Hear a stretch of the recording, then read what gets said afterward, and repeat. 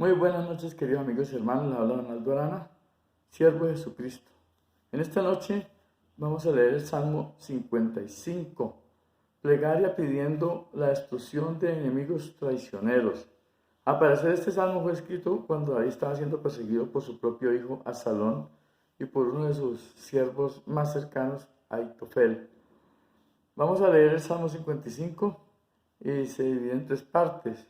La primera es la oración de la angustia de David. La segunda parte es la oración pidiendo justicia.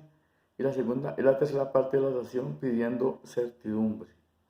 Escucha, oh Dios, mi oración y no te escondas de mi súplica. Está atento y respóndeme.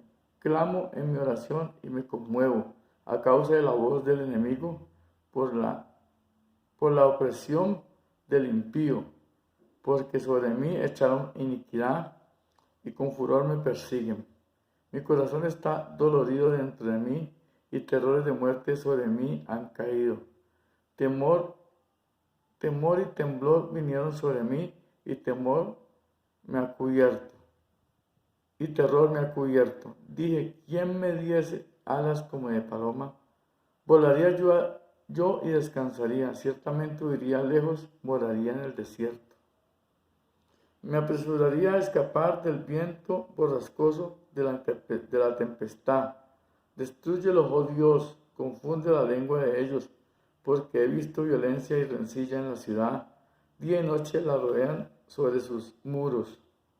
E iniquidad y trabajo hay en medio de ella, maldad hay en medio de ella, y el fraude y el engaño no se apartan de sus plazas. Porque no me afrentó un enemigo el cual había soportado, ni se alzó contra mí el que me aborrecía, porque me hubiera ocultado de él, sino tú, hombre, al parecer íntimo mío, mi guía y mi familiar, que juntos comunicábamos dulcemente los secretos y andábamos en amistad en la casa de Dios. Que la muerte les sorprenda, desciendan vivos al Seol, porque hay maldad en sus moradas en medio de ellos. En cuanto a mí, a Dios clamaré y Jehová me salvará. Tarde, mañana y a mediodía oraré y clamaré, y él oirá mi voz. Él redimirá en paz mi alma de la guerra contra mí, aunque contra mí haya muchos, Dios oirá y los quebrantará luego, el que permanece desde la antigüedad por cuanto no cambian ni temen a Dios. Extendió el inicuo sus manos contra los que estaban en paz con él, violó su pacto. Los dichos de su boca son más blandos que mantequilla, pero guerra hay en su corazón. Suavizan sus palabras más que el aceite, mas ellas son espadas desnudas. Echa sobre Jehová tu carga y él te sustentará. No dejará para siempre caído al justo. Mas tú, oh Dios, harás descender a aquellos al pozo de perdición. Los hombres sanguinarios y engañadores no llegarán a la mitad de sus días, pero yo en ti confiaré. Alabado sea el nombre de Dios. Esta plegaria de David, como les decía al principio, parece ser que fue cuando estaba siendo perseguido por su hijo Absalón, que quería tomarse el reino, porque Absalón astutamente se ha ganado el corazón de las personas cuando iban a consultar con el rey.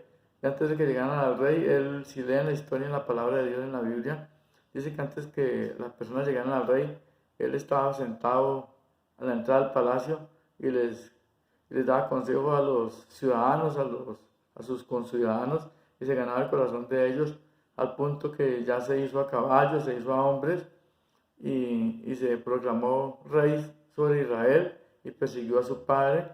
Su padre tuvo que huir del palacio, tuvo que huir de Jerusalén.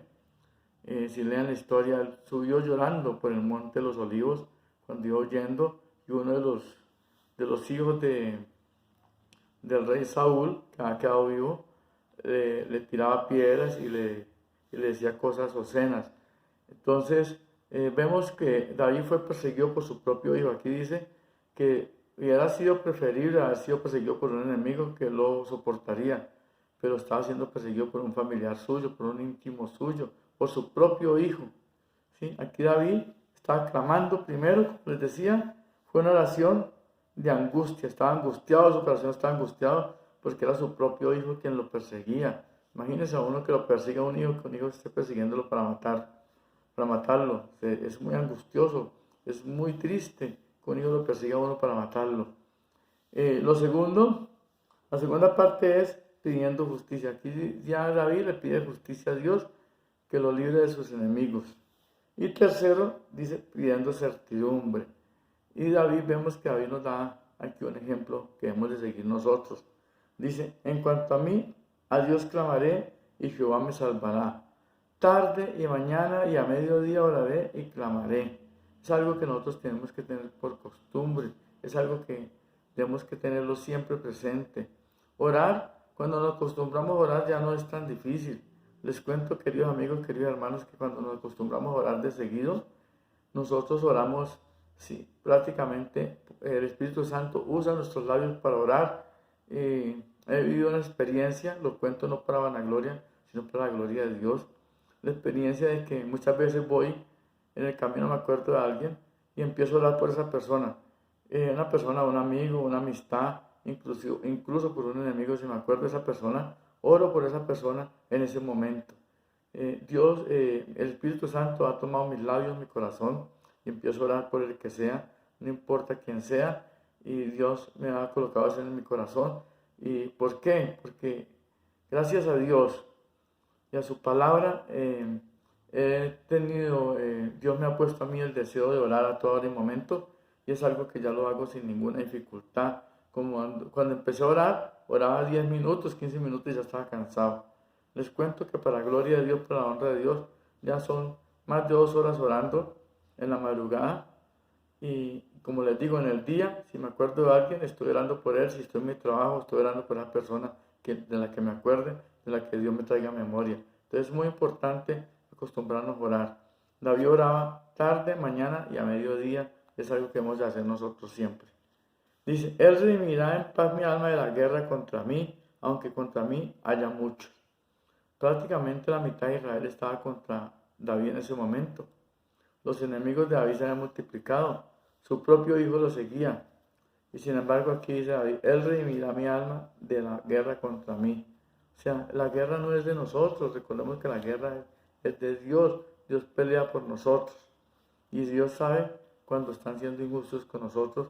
Y no necesitamos pelear, no necesitamos alzar nuestra mano. Simplemente hacer lo que hizo David, clamarle a Dios. ¿Sí? Y mire lo que dice en el versículo 22. Echa sobre Jehová tu carga y Él te sustentará, no dejará para siempre caído al justo. Aunque vengan dificultades, vengan luchas, David está en un momento de lucha, en un momento de tristeza. Subió llorando por el monte de los olivos. Si en Primera de Reyes está esto.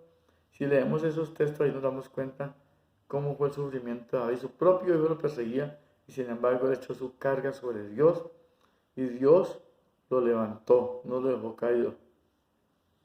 Mas, mire lo que dice al final. Mas tú, oh Dios, harás descender a aquellos al pozo de la perdición. Los hombres sanguinarios y engañadores no llegarán a la mitad de sus días, pero yo en ti confiaré. La gente mala no alcanza ni siquiera a llegar a los 50 años muchas veces. Mueren jóvenes. ¿Por qué? Por su maldad, por su pecado.